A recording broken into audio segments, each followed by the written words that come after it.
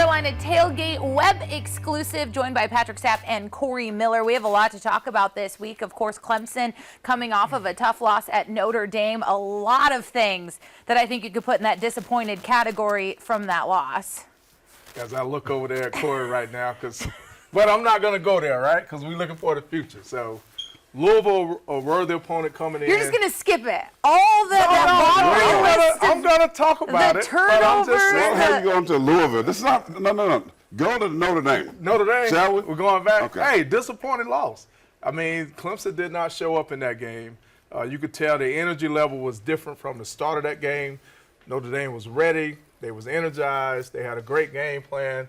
And I think Clemson just felt like they could show up and win the game. And on the road in a hostile environment against a good team that is playing on the way up right now, as I would say, they're getting better week in and week out. And I think it all came together against Clemson, and Clemson was not ready to play the game. Simple as that. From the get-go.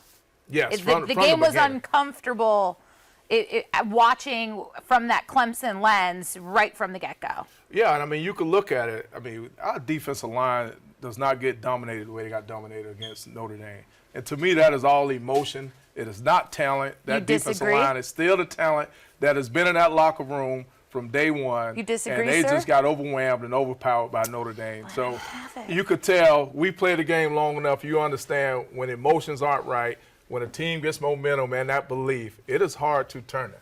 Just let me know when I can talk. I was saying you could have interrupted him. I was saying it. Did Corey Miller just wait and ask for permission to interrupt? What show have we been on these last? Can I use his terms? That was a quality loss. Oh you can't even know. I wanted to give you as this. much as I would love to give you, because I love even. to jab Corey Miller with the quality loss situation, that was not even a quality loss. That was a bad loss. That was embarrassing. Listen, when it makes the preacher man use a curse word, you know it's that, right? You know, Dabo had to say, you know, we got our tails kicked, and they absolutely did. But don't give me this whole our defensive line thinking we can roll the Clemson helmet, the Tiger Paw out there, and this, that, and the third.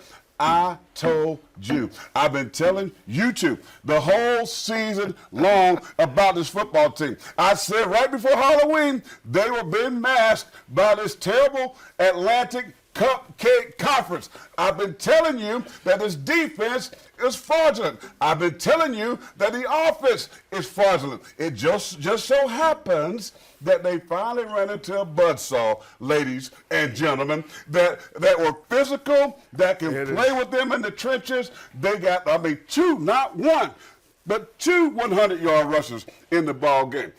Embarrassing. Listen, but I'm not shocked. You guys might be shocked, but Corey Miller, the pastor of pain, has been telling you guys, you don't want to listen. I told you. So I'm going to ask you this question. So you listen to me for a second. I told you this last week. So you say that it was a better team. You telling me that, so KJ Henry's not a first-round draft pick. Miles Murphy's not a first-round draft pick. I can't wait to hear this answer, and we invite you to join us on Fox Carolina. Guys, I got to tease something. Oh, my goodness. Have you seen Clemson? Not to mention a really big game that Louisville's not looking like quite the cupcake they were earlier in the season either. Meanwhile, South Carolina on the road at Florida, at Florida. Saw things moving in the right direction, but it was against Vandy. So how are we feeling? You know what I like? Something you said before, Corey follows instructions. You said that, want me to slide over right here. You guys can't see it, but I had to slide over just a little bit so I can square up in this frame. Listen, we took care of business in the Asheville, honky tonk. It was nice. Now we're going to Gainesville to take care of some business. Another thing, Coach Satterfield, they listen. I said, be innovative. Get Jaheim Bell involved. Get your playmakers involved. To carry on Jonah, throw another touchdown pass, something we saw in Charlotte, the Duke's Mayo Bowl. That happened. Listen, when you listen, my mama always said, you're a hard head, make a soft behind.